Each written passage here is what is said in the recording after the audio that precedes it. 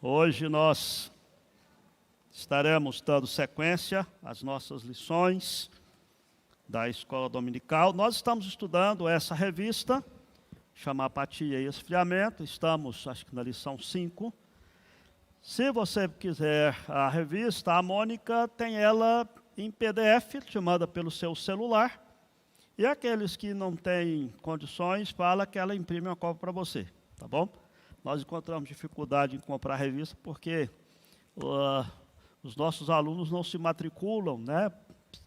A gente não sabe nem quantos alunos a gente tem, porque o pessoal às vezes não faz a ficha de inscrição, mas a gente tem a revista à disposição, tá bom? Hoje nós queremos estudar sobre como resolver conflitos. É a lição de hoje. E é óbvio que quando nós pensamos sobre como resolver conflitos, nós estamos falando de uma coisa que acontece frequentemente no casamento, no trabalho, na família, com os vizinhos. Só que na igreja que a gente não tem, né? Só que na igreja que ninguém briga um com o outro, ninguém reclama do pastor, nem da equipe de louvor. Né? A nossa equipe de louvor aqui, eles nunca tem nenhum conflito entre eles, todo mundo toca direitinho, todo mundo vem no ensaio direitinho, né, Júnior? Quando nós falamos de conflitos, nós estamos falando de algo que pertence a nós, a nossa existência. E é isso que nós estaremos estudando. Antes de estudar, deixa eu fazer uma pergunta aqui. Você conhece alguém que é implicante ou encrenqueiro, vamos dizer assim? Quem conhece alguém que é encrenqueiro, implicante e que não deixa passar batido sem...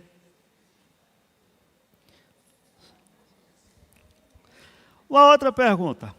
Quem é encrenqueiro e implicante, sabe que é encrenqueiro ou implicante? Será que sabe? Talvez então tenha que mudar a pergunta, né? A pergunta é: você é uma pessoa implicante, encrenqueiro? Aí já ficou mais difícil levantar a mão, né? Porque a gente tem que admitir uma coisa que a gente não gosta de admitir, né? Que são o nosso jeitão de ser. Lembrando que existem algumas implicâncias e algumas encrencas que nós somos obrigados a adotar, vamos assim dizer. Existem algumas posturas que, se nós não nos posicionarmos contra, nós estaremos sendo infiéis para com o Senhor. Quando a honra de Cristo está em jogo, quando a verdade está em jogo, nós precisamos, quem sabe, adotar uma postura não muito agradável para aqueles que nos cercam. Quando é uma questão de gosto pessoal, aí nós precisamos agora aprender a lidar com essas questões de uma forma um pouco mais madura, mais bíblica, e a gente vai aprender sobre isso. Vamos começar com esse texto, Romanos 12, 8. Abra sua Bíblia, o 12, 18. Né? É um texto muito piquitiquinho, mas que tem uma aplicação muito difícil para a nossa vida. Romanos 12, 18. Menino, eu estou com frio, sabia? Podia diminuir um pouco esse ar aqui. Está gelado. Vocês estão com frio, tá não? Tá? Então, os diáconos, aumenta um pouquinho a temperatura, que está todo mundo aqui com frio. Os irmãos já vêm até de blusa, né? Pode colocar aí uns 23, sei lá, não precisa também de congelar os crentes, não, né? Mais do que 23. Acha um jeito aí. Vamos lá, Romanos 12, 18. Vamos ler juntos? Se possível, quanto depender de vós, tende paz com todos os homens. De novo, se possível,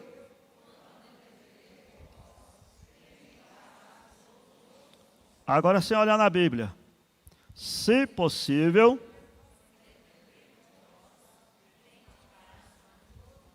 Eita, deu umas tropicadas aí. Última vez.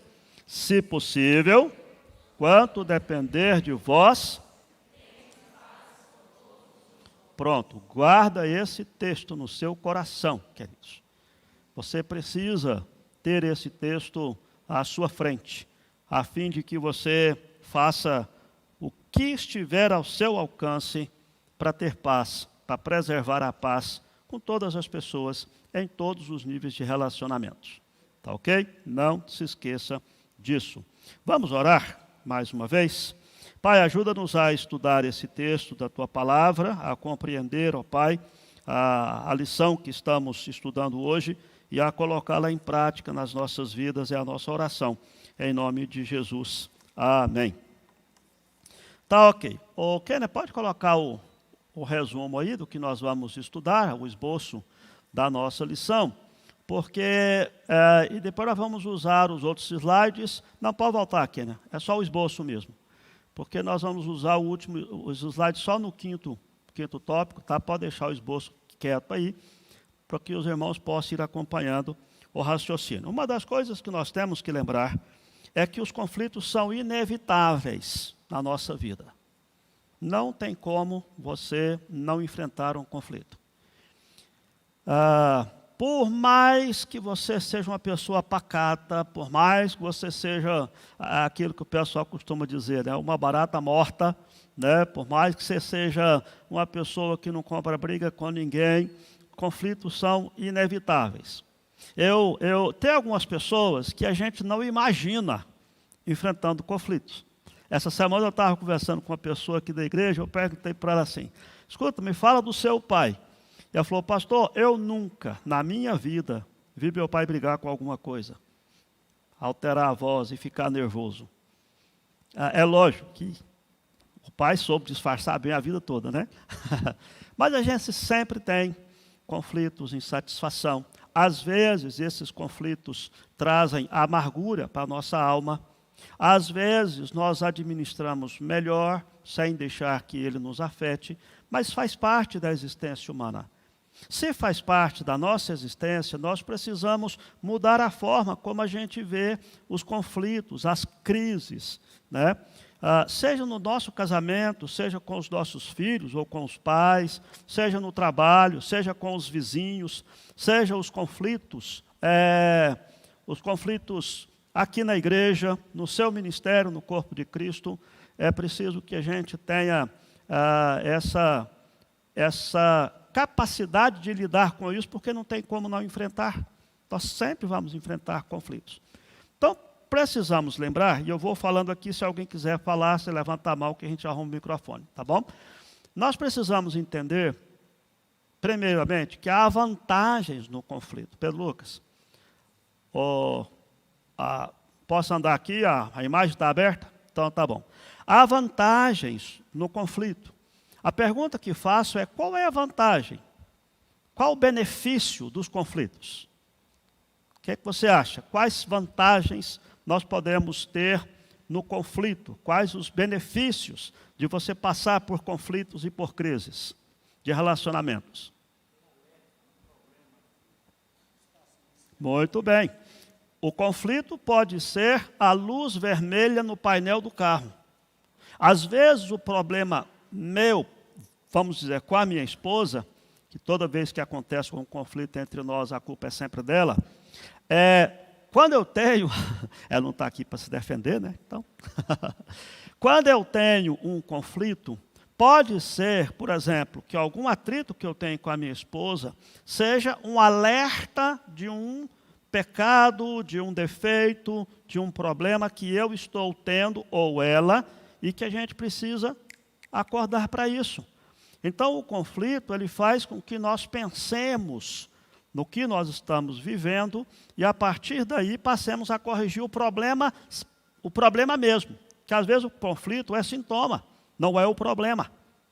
Que mais? Quais outras vantagens podemos ver no conflito? Entre pessoas. Isso, harmonia, né? Como nós estamos aqui. Nenhum mais, gente, só esse.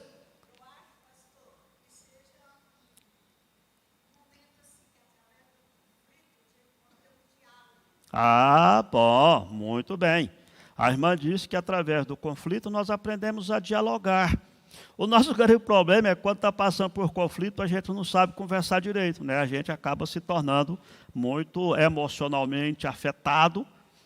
Mas é isso. Através de um conflito, pelo menos nós somos desafiados a conversar, a analisar, a debater o assunto, a não deixar para trás um problema que precisa ser resolvido.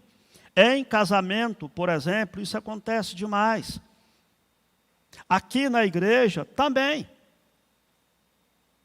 Por exemplo, se eu, como pastor, estiver fazendo alguma coisa aqui que desagrada a você, se você não me falar, possivelmente eu vou continuar fazendo. Por uma razão simples. Eu não sei que está te desagradando. Você precisa expor. Porque senão eu vou continuar cometendo o mesmo erro, porque ninguém me falou nada. Então o conflito, ele de certa forma ajuda a expor a verdade. E uma coisa muito importante da vantagem do conflito, queridos. O conflito ajuda a aperfeiçoar a nossa vida e os nossos relacionamentos. Ah, pastor, mas a gente vai brigar cada vez mais. Não é isso. Porque a partir do momento que nós temos um conflito e que a gente resolve do jeito certo, nosso relacionamento fica mais maduro. No casamento é assim. Aqui na igreja, nos nossos relacionamentos é assim. Ou deveria.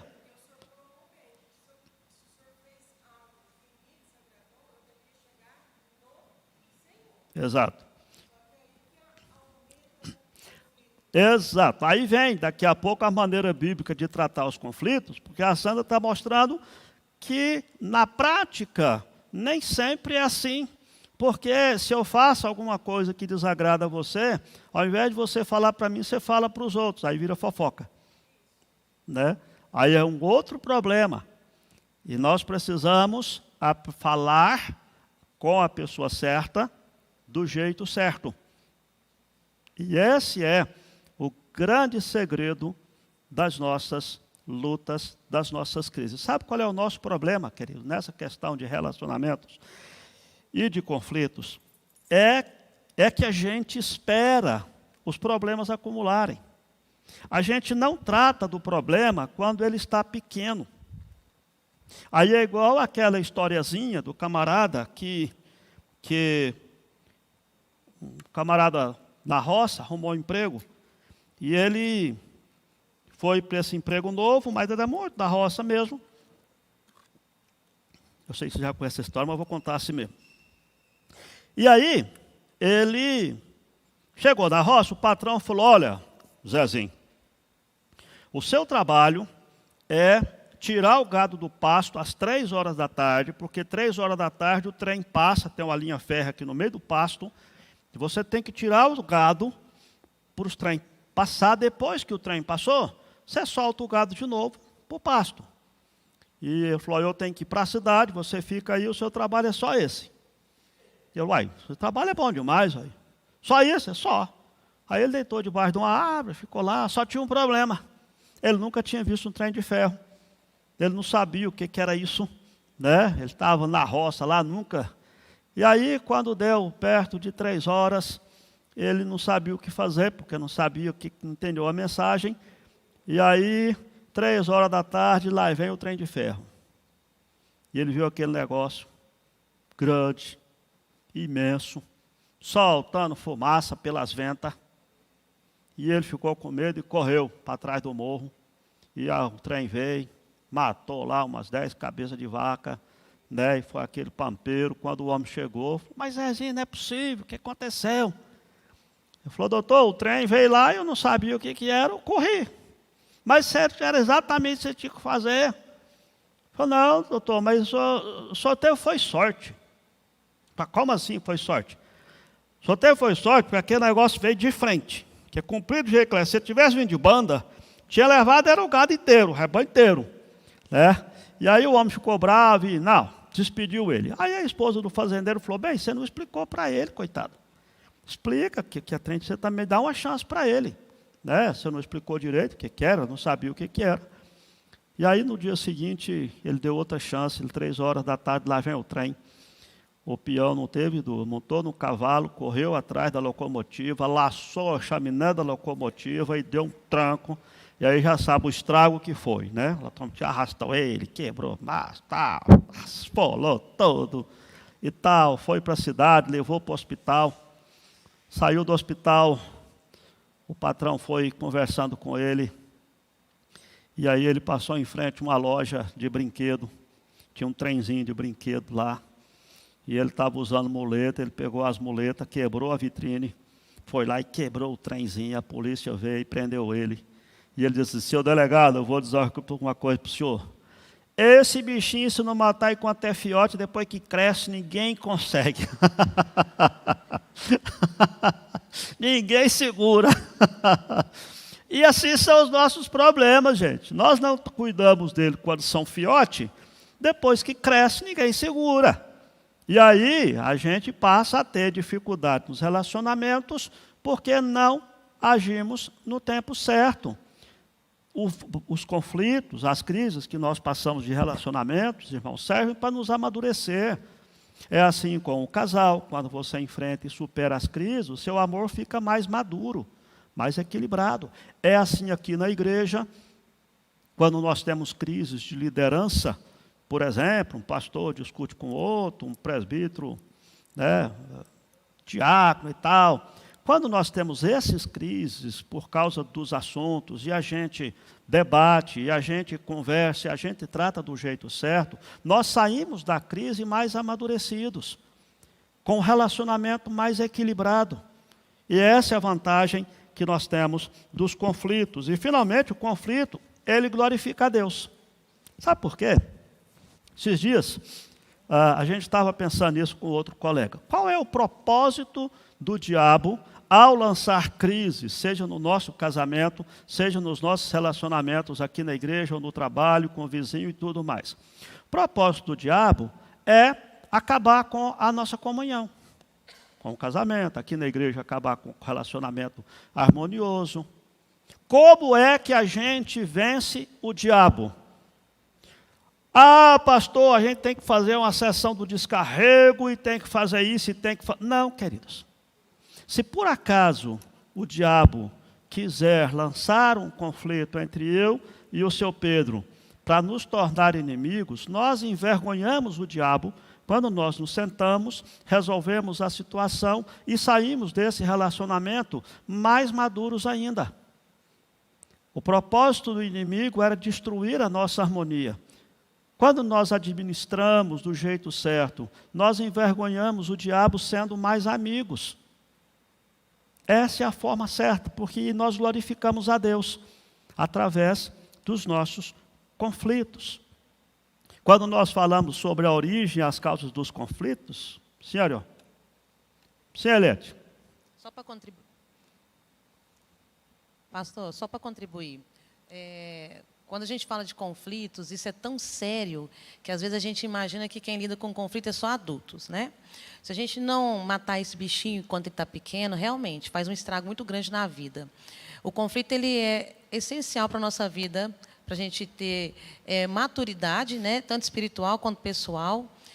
E muitas vezes a gente encontra pessoas que não têm um bom relacionamento com outras pessoas. Às vezes é gerado mesmo desde a infância, que não soube lidar com conflitos. E isso é muito sério. A gente vê isso nos nossos adolescentes, aí vai vendo aí na vida adulta, vai para o mercado de trabalho e aí complica tudo, né? Então, o conflito ele é necessário para o nosso crescimento pessoal e nosso crescimento espiritual. Exatamente. Não existe crescimento, gente, sem conflito. É através da crise, do conflito, que você prova que você confia em Deus, que você prova que você tem na sua vida o fruto do Espírito, que você coloca em prática o fruto do Espírito. É através dos conflitos é que você prova para o seu próprio coração que você é um crente quebrantado nas mãos de Deus. Tudo isso. Agora, quando nós falamos sobre o conflito, obviamente que a origem e as causas do conflito, essa origem vai até lá no Jardim do Éden. É a ação do diabo querendo acabar com as coisas boas que Deus estabeleceu. Em última instância, o diabo é o culpado por tudo. Espera um pouquinho, deixa eu explicar direito. Eu falei em última instância. Eu falo em última instância porque foi lá no Éden que começou o nosso coração ruinzinho. Entretanto, depois que houve a queda,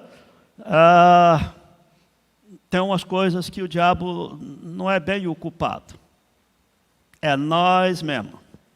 É o nosso coração mesmo que é o culpado e não necessariamente o diabo. Como eu disse, ele é culpado porque começou toda essa história.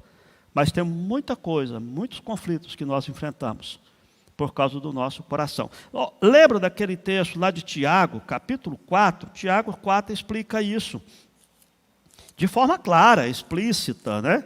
Deixa eu pegar o texto aqui. Tiago, capítulo 4, ele diz assim: de onde procedem guerras e contendas que há entre vós?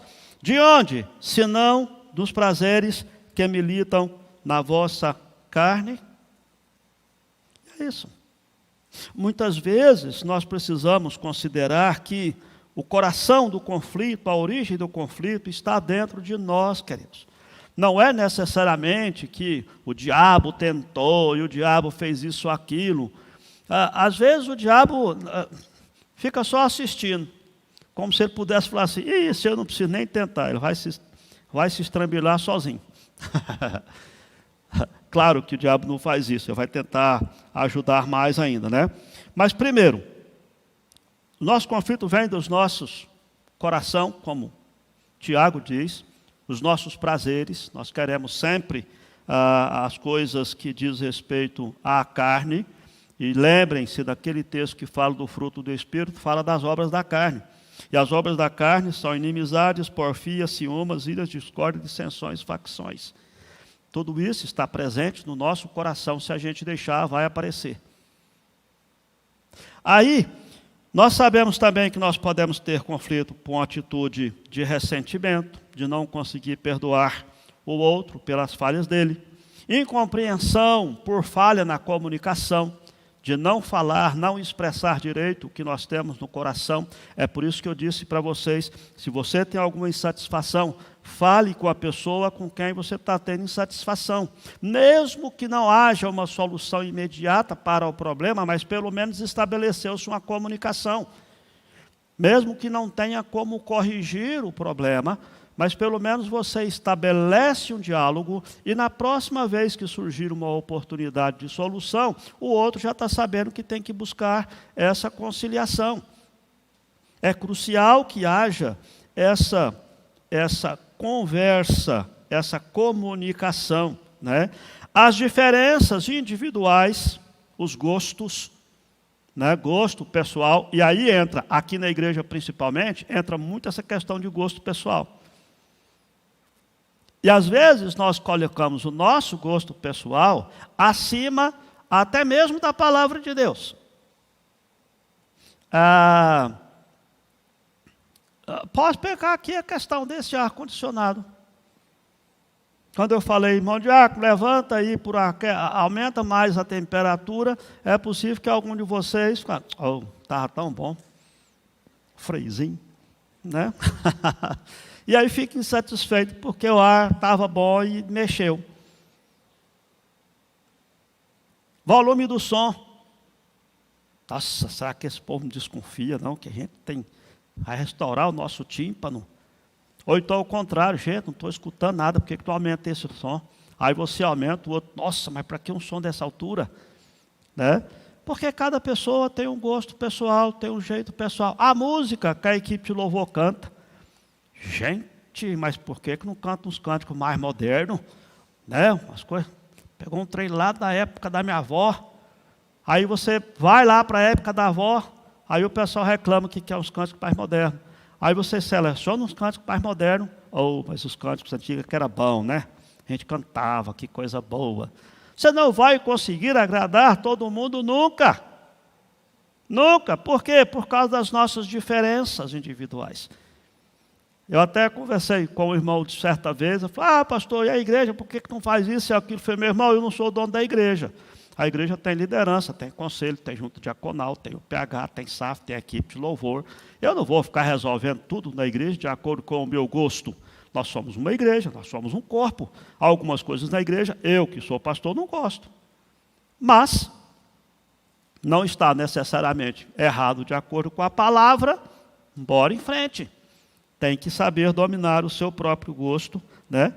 E também um motivo muito forte de conflitos é a inveja. Quantos aqui são invejosos? Levanta a mão. Oh, rapaz, teve 2 honestos aqui. Preste atenção. Mesmo, eu tenho inveja desses irmãos, deixa eu levantar a mão. Eu tenho inveja da honestidade dele, então pronto, sou invejoso também. Preste atenção, queridos. Às vezes, nós não somos invejosos, mas temos atitudes de quem é invejoso. Os irmãos de casa acho que não estão me vendo não, mas... Nós temos atitudes de quem é invejoso. Nós temos uma postura, um comportamento de quem é invejoso. Por exemplo, às vezes nós somos crianças. Já viram criancinha de 2 anos brincar? Ninguém quer brincar com aquele brinquedo. Na hora que um pega, todo mundo quer. Aí vai querer tomar do coleguinha e tudo mais. E muitas vezes, nós que já somos adultos, temos posturas, atitudes de ter inveja dos outros irmãos, das outras pessoas. Quando a gente olha essa situação desse jeito, nós precisamos lembrar de identificar por que nós estamos tendo conflitos, porque pode ser que os conflitos estejam sediados em mim, e não nos outros, e não na outra pessoa, no meu próprio coração, na minha própria cabeça. E nós precisamos estar atentos com relação a isso. Quais são os passos bíblicos que a palavra de Deus nos traz para administrar os conflitos depois que ele se estabeleceu? Podemos começar pelo texto que nós já lemos. Romanos 12, 18. Dá para sair de cor aí? No que depender de vós, tende paz com todos os homens. Está ao seu alcance ter paz? Está, então faça. É bom nós lembrarmos que tem algumas questões que não dependem de nós. Isso não tem como. De fato, você precisa lembrar-se disso. Tem algumas questões que estão fora do seu alcance e você não tem como ter paz com a outra pessoa. Pode ser que você tenha alguma crise, você procure a pessoa fala, não quero saber desse negócio, não quero conversa, e vira as costas e vai embora.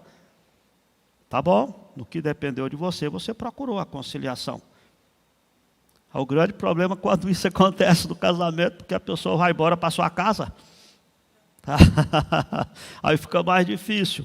Mas no que depender de você, tenha paz com todos os homens. Lembre-se, tente entender isso, que você tem que fazer o máximo que estiver ao seu alcance para preservar a paz, para manter a paz. Uma outra, sim, meu irmão.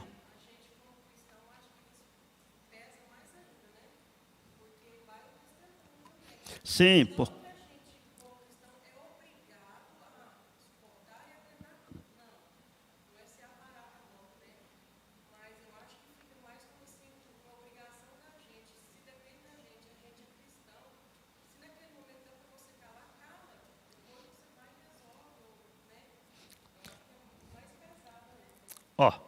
A Sandra colocou 2 coisas importantes. Primeiro, o testemunho. O cristão precisa se lembrar que ele precisa dar o seu testemunho. E a segunda, a questão de se você não puder resolver a situação agora, não desista. Aguarde um tempo certo. Depois, com outra pessoa. Lembra-se daquele texto, quando se fala de resolver conflitos? Mateus, acho, capítulo 5, ele diz assim: se o teu irmão pecar, vai ter, alguém se lembra o restinho aí? Com ele só, entre ti e ele só. Esse é o processo bíblico. Marilene falou alguma coisa que me ofendeu.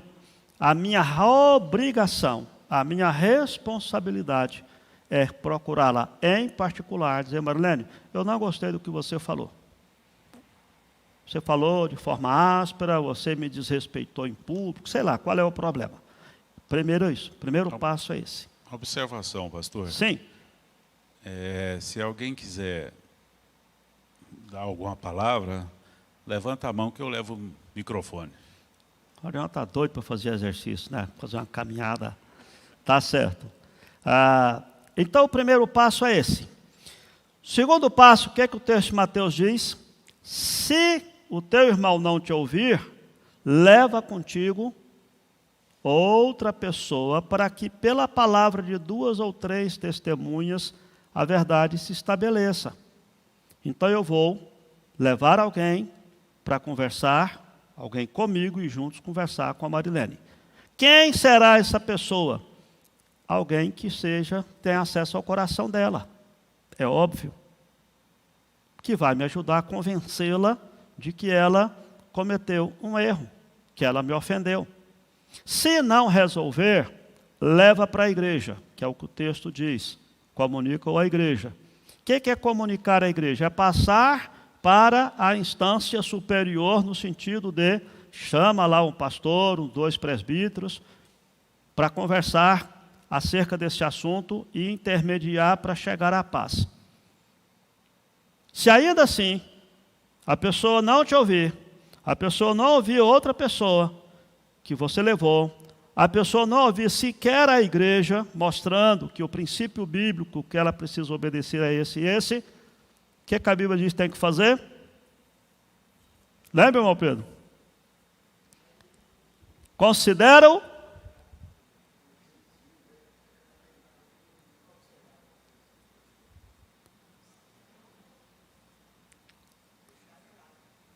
Pois ele diz assim: se ele não te ouvir, considera-o como gentio e publicano. Caramba, como assim? Mas a irmã Marilene, como é que eu vou falar que eu preciso considerá-la como gentio e publicano? Mas o princípio bíblico é esse. A ideia do considerar como gentio e publicano, gente, não é dizer assim: se ela não aceitar, você exclui, isola, chuta para fora e sai de perto. Não, não. Não é isso não, gente.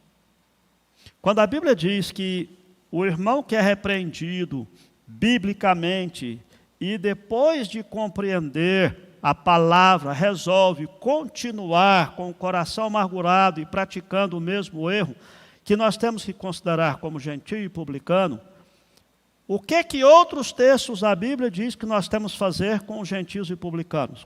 Ou não crente? O que a gente faz com o não crente, gente? A gente ama e evangeliza. O considerar como gentio e publicano não é expulsar, excomungar e se isolar da pessoa, mas é voltar, é ter uma postura diferente. Porque se uma pessoa comete um erro, ela é exortada, ela é mostrado, é biblicamente comprovado, a própria igreja age com essa finalidade, ainda assim a pessoa continua dura e não obedece à palavra, porque não é crente. Precisa ser reevangelizada, vamos dizer assim. Porque aquele que é crente, ele quando vê que a palavra diz que ele está errado, ele admite.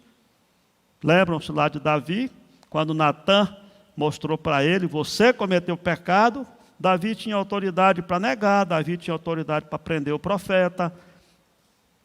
Ele falou só 2 palavras. Aliás, 3 palavras. Ele disse: pequei contra o Senhor. Admitiu o erro e quebrantou-se diante de Deus. Então, para a gente, a maneira bíblica de tratar o conflito é lembrar-se de buscar a verdade, conversar com o ofensor, de forma clara, madura, sem nervosismo, sem gritar, de forma pacífica. E não apenas procurar compreender o outro lado da moeda, como também assumir as suas responsabilidades naquele processo. Eu preciso olhar dessa forma. Por que o meu irmão pensou dessa forma? Por que a pessoa agiu dessa forma? Pode ter um motivo. Vou citar aqui um exemplo. Suponhamos que antes de vir para a igreja, o exemplo é assim, meio absurdo, mas não impossível. Suponhamos que antes de vir para a igreja, a minha esposa discuta comigo acerca de algum assunto nosso, e a gente tem uma discussão séria, e a gente veio no carro brigando um com o outro, e eu já cheguei aqui na igreja nervoso. E de repente você me traz uma reclamação sobre qualquer coisa aqui na igreja, e eu dei uma má resposta para você. Eu fico áspero com você, e você se sente ofendido. Ao conversar comigo, e falar, pastor, não gostei, o senhor me tratou mal ali e tal. Eu posso lhe explicar, eu posso dizer, meu irmão, me perdoe, porque eu estava nervoso, com outro problema e descarreguei em você. Tá bom, então assim, por mais que não justifique, mas isso acontece muito, né? Mas por mais que não justifique eu ter te dado uma má resposta, porque eu acabei de passar por uma crise, por um problema, você precisa também ter um coração compassivo para com o seu irmão. Você precisa compreender. E isso acontece muito, gente. Muito. De você ter que ter compaixão do seu irmão, da outra pessoa, da esposa, do filho, do pai. Coloque-se no lugar do outro. Por que a pessoa está nervosa comigo? Né? Seja compassivo, tente entender. Às vezes a pessoa está passando por um momento difícil na vida, crise financeira, crise no relacionamento conjugal, crise com o filho, dificuldades, e aí a pessoa não tem paciência de conversar com você e te dar uma resposta, por exemplo. Calma, compreenda, entenda, aguarde o momento mais adequado para tratar desse assunto. Né? Essa ideia, saiba ouvir, tenha sincero desejo de compreender, coloque-se no lugar do outro, para que você possa entender um pouquinho o contexto do que está acontecendo. Tome cuidado para que você não seja aquilo que as pessoas dizem, um casquinha de ovo, né? Qualquer coisa que fale, então eu emburro, viro para o lado, não quero mais conversar. Tenha maturidade, converse sim, veja lá por que aconteceu.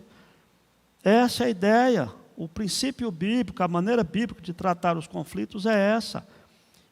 E no final desse processo de você ouvir, compreender a pessoa, de você respeitar a opinião do outro, de você entender o contexto que o outro está vivendo, vem a capacidade de perdoar o seu irmão. Perdoa. Quando a gente olha essa questão de perdoar, há umas implicações bíblicas um pouco mais extensas, mas não temos tempo para abordar. Eu só quero mostrar para você que toda vez que nós temos conflitos, nós precisamos colocar na balança os benefícios e os prejuízos que a gente tem com relação àquele conflito. Vamos pensar acerca de casamento, por enquanto. Ora, você tem um conflito no casamento. Qual que é o prejuízo maior? É você tentar administrar, pagar o preço e levar adiante ou acabar com um casamento? Bota na balança. Pensa assim, daqui 10 anos como é que vai estar a minha vida se eu resolver esse problema com meu cônjuge, com os meus filhos, e a gente engolir seco, e a gente buscar apoio, buscar ajuda, daqui 10 anos como é que nós vamos estar? Se eu separar e chutar o balde e não quiser mais, daqui 10 anos como é que está a minha vida? Olhe lá na frente. Não haja apenas pela circunstância imediata. Vamos pensar na igreja, do mesmo jeito. Se nós temos um conflito aqui, por exemplo, na equipe de louvor, que é uma equipe grande, e vira e mexe, De vez em quando tem umas relias entre eles lá, né? Eu falo porque eu vejo nos grupos lá de WhatsApp deles. E aí o trem começa a esquentar, eu falei, eu vou entrar. Eu falei, não, deixa, vamos ver se eles resolvem a parada lá, né? Mas vamos pensar na equipe de louvor. Fala assim, eu não vou largar, eu vou largar também, não vou tocar mais, porque esse povo não sei o que lá, etc. Tá bom, pense, analise, põe na balança. Eu estou aqui é para isso? É para que o louvor seja do jeito que eu quero? Eu estou aqui, por que o irmão não veio no ensaio? Porque ele é relaxado, não tem compromisso. Não, pense melhor, de repente ele teve motivos imperiosos. De repente ele está passando por algum problema na casa dele, na vida financeira dele, na família dele, no trabalho dele. É isso que eu falo de você ser benigno com as pessoas. A bondade é quando você faz o bem para a pessoa. A benignidade é quando você pensa o bem da pessoa. É de se alguém chegar para mim e falar mal do Rui, por exemplo, porque o Rui fez isso, fez aquilo, eu preciso ser benigno. Como é que eu vou ser benigno? Fala, não, meu irmão, espera um pouquinho. Tem alguma coisa errada, eu conheço o Rui não faria isso. Calma, não estou dizendo que ele não fez, mas alguma coisa aconteceu porque eu conheço o Rui e não é da prática dele esse tipo de coisa. Isso é benignidade. É você não aceitar alguém falar mal do seu irmão sem defendê-lo. Você não precisa defender o irmão se ele estiver errado. Mas pelo menos ser benigno é isso. Não, peraí, não é assim. É o que eu gostaria que vocês fizessem quando alguém falar mal de mim para você. Não é você, o pastor Saulo, viu? Fiquei sabendo que o pastor Saulo. Não, talvez fale, não, eu conheço o pastor Saulo, não é do feitio dele. Alguma coisa aconteceu, espera um pouquinho, deixa eu conversar, deixa eu entender isso. É isso que nós vamos fazer para não deixar o conflito se esparramar. Uma questão que quero colocar aqui, irmãos, de uma forma um pouco mais clara, é a questão das críticas. Aí vamos passar agora aí para os slides, Kênia. É a questão das críticas. Porque é um dos maiores problemas que nós temos na igreja, por exemplo, e na nossa vida, é a questão das críticas, que muitas vezes são identificadas por uma palavrinha moderna, tal de bullying, né? O povo inventou isso agora, né? Quando eu era menino, a gente brincava lá na beira do rio Tocantins, né? A gente falava mal um do outro, falava que era isso, falava que era aquilo e tal, mas não era bullying naquela época, né? Não existia bullying, né? Então a gente sobrevivia, não estava nem aí, aquilo entrava por um ouvido, saía para o outro, de vez em quando a gente tinha uma relia lá um com o outro, porque xingou a mãe do outro, ou falou que o outro era branquinho, né? Ou falou, aí tal, aí de repente, mas depois se acertava, a gente continuava jogando bola do mesmo jeito, porque não tinha bullying, agora tem, né? Então as pessoas ficam magoadinhas, porque falou mal de mim, etc e tal, e se deixam afetar muito pelas críticas. E esse é um problema sério no corpo de Cristo. Porque nem sempre as pessoas criticam com boas intenções. Como é que a gente lida com as críticas? Em primeiro lugar, você precisa aprender que o próprio Jesus sofreu críticas. Olha as críticas que as pessoas fizeram a Jesus. Pensa bem, Jesus! Lá em João 7, chamaram Jesus de endemoniado. Lá em João 15, odiaram a Jesus sem nenhum motivo. Lá em João 5, perseguiram a Jesus. Em João 9, disseram, esse homem não é de Deus. Jesus, olha a crítica que recebeu. Lá em João 7, Jesus está enganando o povo. Em João 18, Jesus é o malfeitor. Gente, se Jesus enfrentou críticas tão pesadas como essa, o Jesus mesmo te disse, se o mundo perseguiu a mim, é claro que vão perseguir a vocês.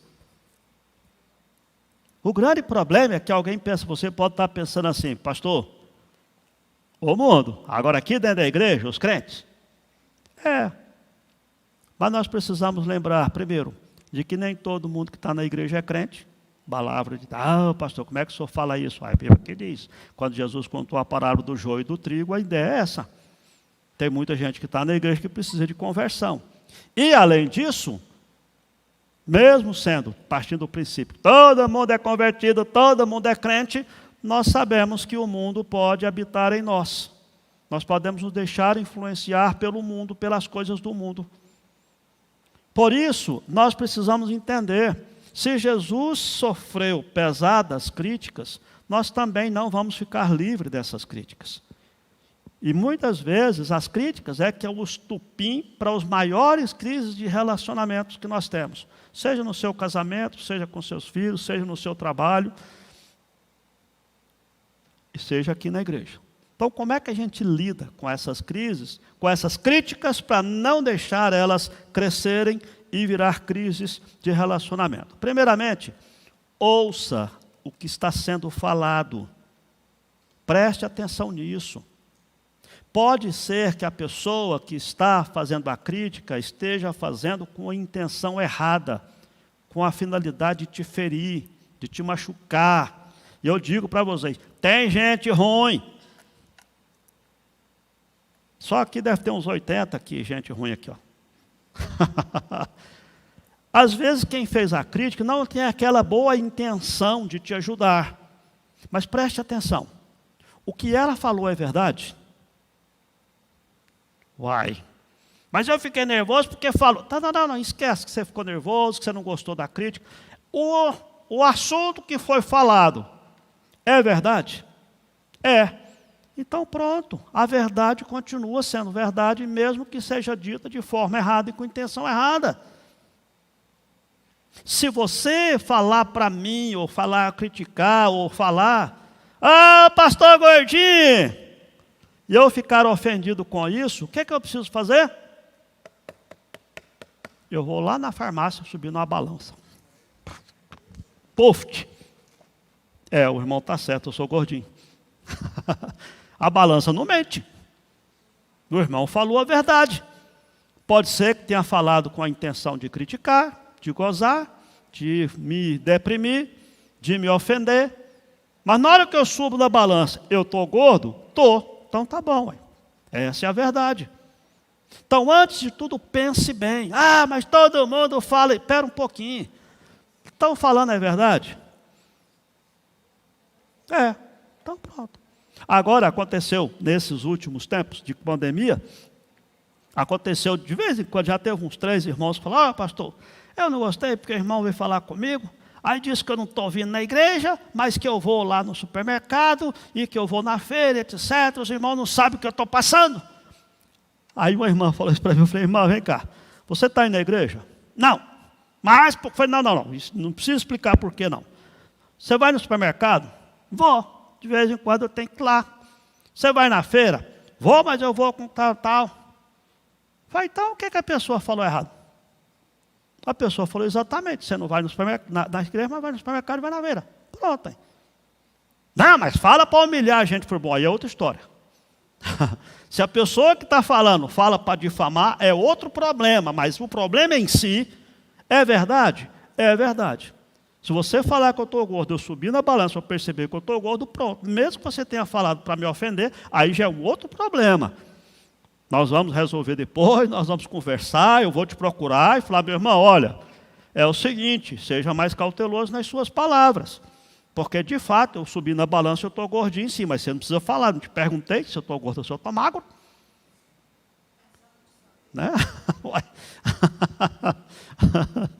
Né? Então, primeira coisa, quando alguém te criticar, levantar uma crítica contra você, analise. Pense bem qual foi a crítica que foi feita. Lembre-se disso. Segundo, se você estiver errado, admita e corrija. Simples assim. Mesmo que a pessoa tenha falado com a intenção de te machucar, mas o que ela falou é verdade, pronto, admita. Por exemplo, suponhamos que um de vocês chega para mim ali depois da igreja, fala, ei, reverendo, depois do culto, Sermão abençoado, hein? Uma espada de 2 gumes. Falei, meu irmão. Falou no seu coração. Falei, não, comprido e chato. Só não podia pregar mesmo, não. Eu poderia adotar uma postura de ficar ofendido, por exemplo. Mas depois, eu posso ir para casa, posso acessar o YouTube e ver quanto tempo que eu preguei. Aí eu vou... Cara, eu preguei 1 hora e 10 minutos. Misericórdia. O irmão tem razão. Se ele tem razão, eu vou procurar preparar melhor, eu vou procurar administrar melhor o meu tempo na pregação, eu vou procurar nas próximas vezes organizar melhor as minhas ideias, eu vou procurar nas próximas vezes não divagar muito na pregação, eu vou procurar diminuir esse tempo, porque ele tem razão. 1 hora e 10 minutos é muito tempo. Por mais que a pessoa possa não ter percebido que tenha falado de uma forma agressiva, mas o que ela falou é certo? Então tá, eu vou procurar corrigir. Eu vou procurar adaptar, e aquilo que ela falou é a verdade, eu vou procurar corrigir aquilo que eu estou fazendo, porque a pessoa falou a verdade, eu vou admitir que eu estou errado, porque a pessoa falou a verdade. Mesmo que tenha falado do jeito errado, com intenção errada, mas o que ela falou continua sendo verdade. A verdade é uma só. Então, nós precisamos agir assim na nossa casa. Ao invés de eu brigar com o irmão, meu irmão, você me respeita que eu sou pastor, como é que você fala isso com o seu pastor? Eu vou pregar, eu prego tanto que eu quiser. Quem sabe disso sou eu e Deus e o Espírito. Tá bom, mas agora eu posso analisar e entender e falar, não, o irmão tem razão. Eu perdi o controle do tempo e eu preguei muito e, de fato, se eu for fazer uma pesquisa lá na igreja, 95% das pessoas vão falar que é fato, o sermão estava cumprido, pastor. Os outros 5% não vai falar porque saiu para beber água e ficou por lá. É a verdade? Então pronto, vamos corrigir. Terceiro passo para corrigir. Se a crítica não proceder, aí que é o grande problema. Se a crítica não proceder, se for implicância da pessoa, aí você tem que fazer o que Ezequias fez. Nós não temos tempo para estudar o texto, mas vou só resumir. A cidade de Jerusalém estava sitiada, Ezequias estava lá dentro, vem lá o comandante de Senaqueribe, e o comandante do exército inimigo veio para destruir a cidade fechada, o comandante manda uma carta para Ezequias, escrita. E a carta dizia o seguinte, Ezequias, a cidade tal tinha o Deus tal, nós destruímos. A cidade tal tinha o Deus tal, nós destruímos. A cidade tal tinha o Deus tal, nós destruímos. Quem é você que acha que seu Deus vai te livrar, rapaz? Ezequias pegou aquela carta, e o texto lá de 2 Reis 19:14, diz que Ezequias pegou a carta, levou lá no altar e colocou a carta em cima do altar. E disse, Senhor, a carta é para o Senhor, não é para mim. Simples. Se a crítica não proceder, entregue o caso nas mãos de Deus e fique tranquilo. Vou voltar ao meu exemplo aqui com o meu sermão comprido. Suponhamos que o irmão fala assim, não, pastor, que sermão comprido, 30 minutos, não precisava mais do que 10 minutos. Eu posso analisar, falei, espera um pouquinho. As pessoas vêm na igreja uma vez por semana. O nosso culto é 1 hora e pouco. Por que não pode ficar um pouquinho mais de tempo? 30 minutos é um tempo médio, bom para um sermão? Precisa de ser 10 minutos? Não. Vamos gastar um pouco mais de tempo, 30 minutos, 35, é um tempo médio padrão. Então o irmão está errado em querer que o sermão seja de 10 minutos. Ele quer que o louvor seja de 40, mas a pregação tem que ser de 10. Não procede a crítica. O que eu preciso fazer?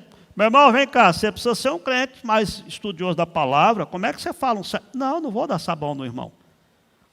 Ele tem a opinião dele. Ele acha que o sermão devia ser 10 minutos. Eu acho que não, que 30 minutos é um tempo razoável. Pronto. O que eu vou fazer? Eu vou entregar para Deus. Senhor, vou continuar pregando 30 minutos. Cuida do meu irmão lá, apacenta o coração dele. e vou manter o meu coração livre de qualquer mágoa porque o irmão reclamou disso. Porque eu vou servir a Deus.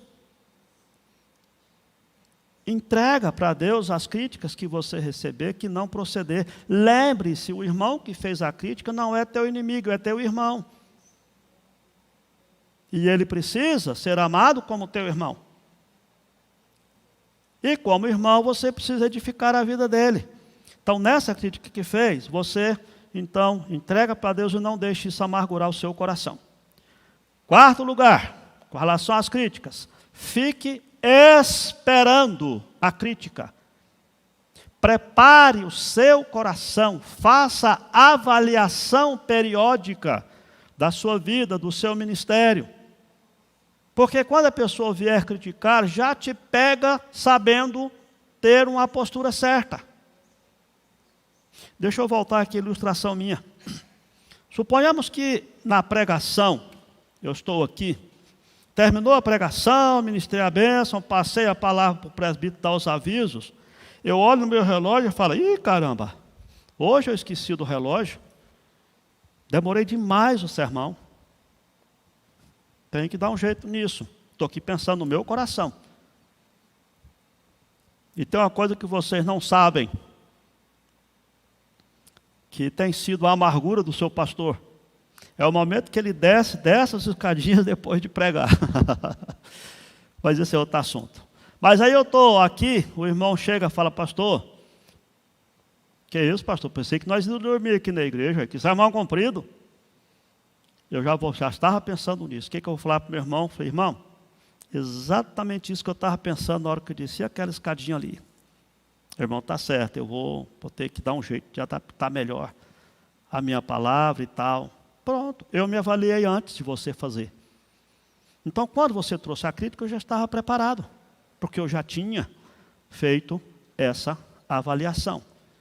Então, analise periodicamente seu ministério, seu trabalho no corpo de Cristo, seu comportamento como esposo, como esposa. Porque quando vier a crítica, você já está sabendo, você já está preparado para receber. Porque você se avalia, você não fica desleixado com relação a isso. E por último, em quinto lugar, você precisa se lembrar para não deixar acontecer uma tempestade em copo d'água no seu coração. Não é todo mundo que está fazendo a crítica, que muita gente faz isso. Não, também não vou mais cantar nessa igreja não, porque todo mundo me critica. Espera um pouquinho que todo mundo. Uma pessoa ou duas pode ter falado, mas todo mundo não, ué. Primeiro que todo mundo é 6 bilhões de pessoas no mundo, né? E segundo que mesmo se limitando a essa igreja, você tem aqui 200 pessoas, 2 reclamaram, fez a crítica, você fala que é todo mundo. Não faz tempestade em copo d'água. Pense bem nisso. Mais um. E aí? E principalmente, gente, nunca interrompa o ministério por causa de críticas. Continue perseverante. Você não está aqui para servir seus irmãos, você está aqui para servir a Deus. Se você parar o seu ministério porque alguém te criticou, Deus vai dizer assim, oxe, mas o que eu falei? Não falei nada aí. Até gostei da sua adoração, gostei do seu ministério, do seu serviço, do seu ofício na igreja. Você vai parar porque outra pessoa reclamou? Então, não interrompa o seu ministério por conta de críticas. E, finalmente, a nossa conclusão da aula é que os problemas de relacionamento são inevitáveis porque faz parte do nosso coração decaído, gente. Nós é que somos os ruinzinhos da história. Nosso coração é assim. Nós nos ofendemos fácil, nós criticamos fácil, nós temos grande facilidade em ser áspero com as pessoas. Isso faz parte do nosso crescimento, Deus vai moldando a nossa vida através dessas arestas que a gente vai tendo a vida toda, a gente vai sendo moldados por Deus. O que a gente não pode fazer é nos deixar vencer pelas crises, mas usar esse modelo bíblico para combater essas crises. Não desista do seu ministério por causa de críticas aqui na igreja. Não desista do seu casamento por causa de críticas e crises que você possa ter. Não desista de seus filhos por causa de rebeldia deles e crises que você pode ter com eles. Seja sempre assim. Não desista dos seus colegas de trabalho. Seja paciente com ele e abençoe a vida deles também. Seus vizinhos, lembre-se que cada pessoa tem uma cosmovisão diferente, tem um jeito de pensar diferente, queridos. E você precisa se adaptar a isso também, de entender isso. Lembre-se, se um determinado assunto está na Bíblia e é daquele jeito, está na Bíblia e é daquele jeito, paciência. Aí, nesse caso, talvez você tenha que ser muito categórico e dizer, não é assim porque Deus disse que tem que ser assim. Mas a maioria dos nossos problemas, gente, não é coisas que fazem parte da essência do Evangelho. É gosto pessoal, é forma pessoal de ver as coisas e que a gente precisa aprender a tolerar e a achar o ponto de equilíbrio entre aquilo que eu penso e aquilo que você pensa, porque nessa multidão de conselheiros é que está a sabedoria. No que depender de vós, tende paz com todos os homens. Tem algumas coisas que não dependem de nós. Primeiro, porque se você quiser falar alguma coisa que seja abertamente contra a palavra de Deus, eu tenho a obrigação de não ter paz com você, vamos dizer assim. De te questionar, de te confrontar. Lógico que no jeito bíblico, não de qualquer jeito. Mas aquilo que porventura fosse secundário, eu não gosto de determinada postura aqui do irmão que está conduzindo os cantos. É errado? Não, só não gosto. Então tá bom, deixa ele fazendo. Culto não é para você, você não tem que gostar de tudo. Suporta, aguarda com paciência e continua na bênção, para você não perder a bênção diante de Deus por causa de coisas que você pode suportar, e a Bíblia sempre diz que nós temos que suportar uns aos outros, né? Para podermos servir a Deus com alegria, como convém a nós fazer. Alguma observação, comentário, testemunho? Sim. Cadê o Arion com o microfone, rapaz? O que é isso? Fala, Wilton.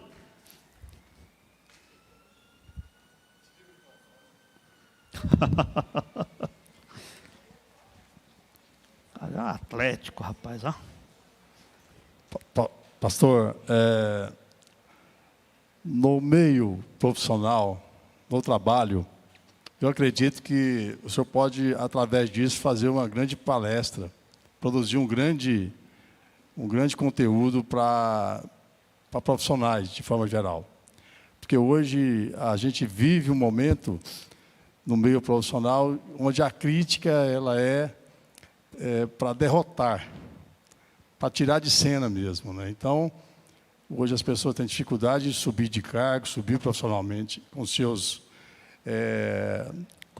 méritos, e às vezes acham na crítica esse caminho.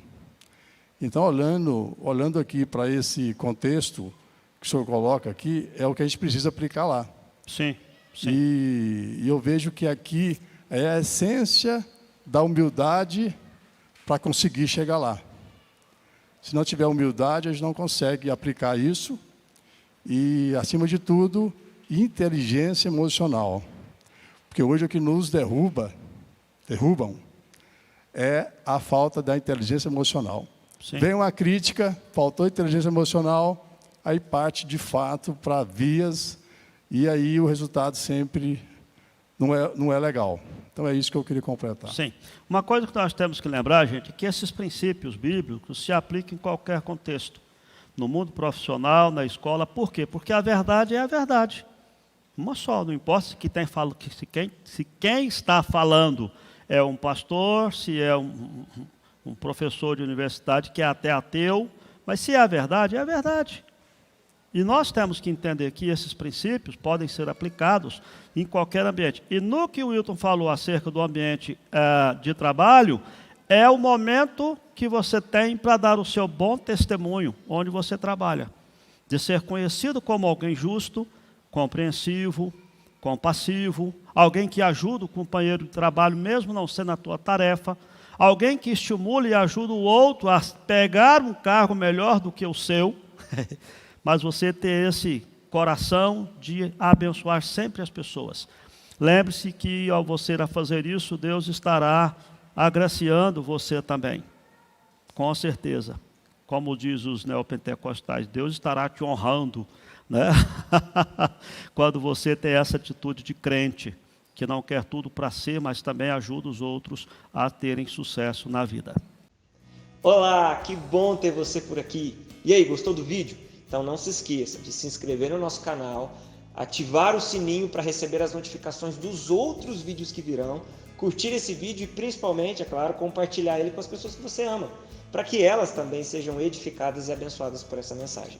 Nos siga também nas outras redes sociais que estão aparecendo aí na sua tela, para você poder acompanhar melhor os nossos horários e as nossas programações. Tá bom? Que Deus abençoe sua vida e até o próximo vídeo.